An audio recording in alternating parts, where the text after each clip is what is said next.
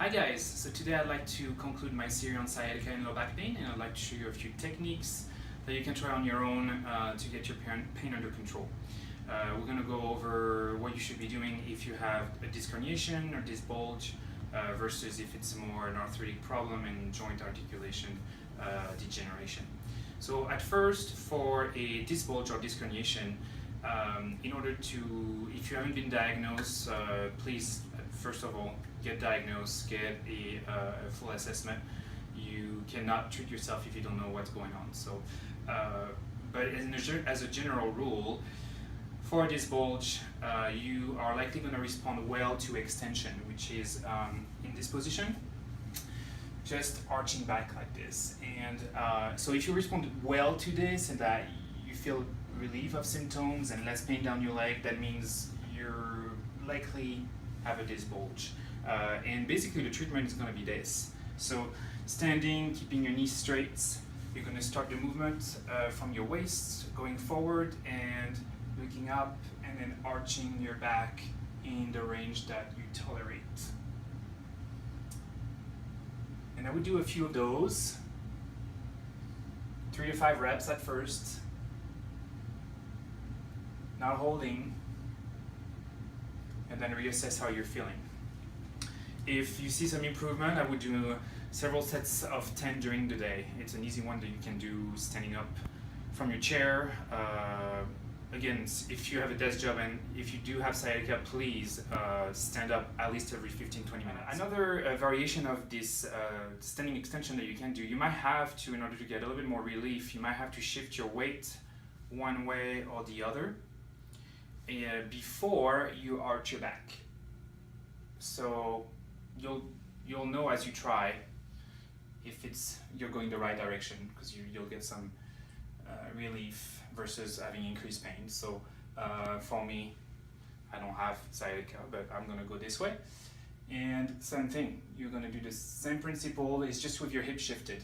And what does this allow is a little bit more gapping of the joint around where the pressure over the nerve is.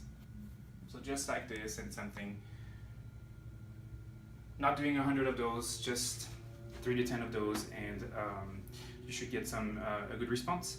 Now I'm going to show you how to do a similar thing, but laying on your stomach.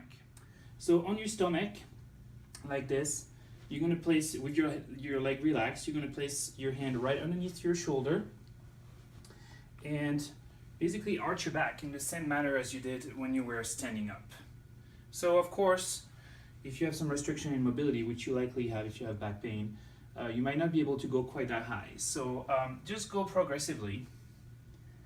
And at first you have a little bit of discomfort, but as you stretch your spine in that direction, you're gonna get used to it and gonna have less pain. So in order to do this correctly, what I like to instruct my patient is taking a deep breath as you go up,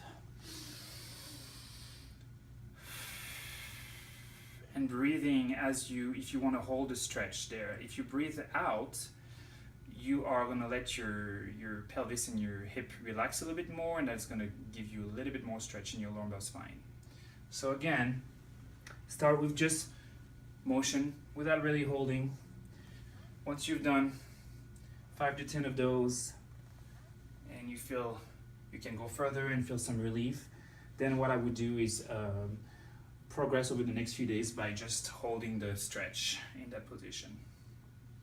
And like in standing, one of the variations that you can do is you might have to kind of shift your pelvis toward one side versus the other in order to get more relief. So that's up. So all these techniques that I showed you are fairly general as a treatment for sciatica. Most people are very different, and people have different anatomies, so you would definitely benefit from having a physical therapist that could adapt this exercise and to your specific needs. It's not guaranteed that you are going to respond well to what I just showed you. So please have your back checked, and you will save a lot of time and probably and some pain as well if you get the help right away. On my next video, I'm going to show you how to address sciatica and low back pain symptoms from the degeneration aspect of the spine, degeneration, arthritis, and closing of the joints, hypomobility of the joints, or joints that do not move well. I will show you what to do in that case in my next video.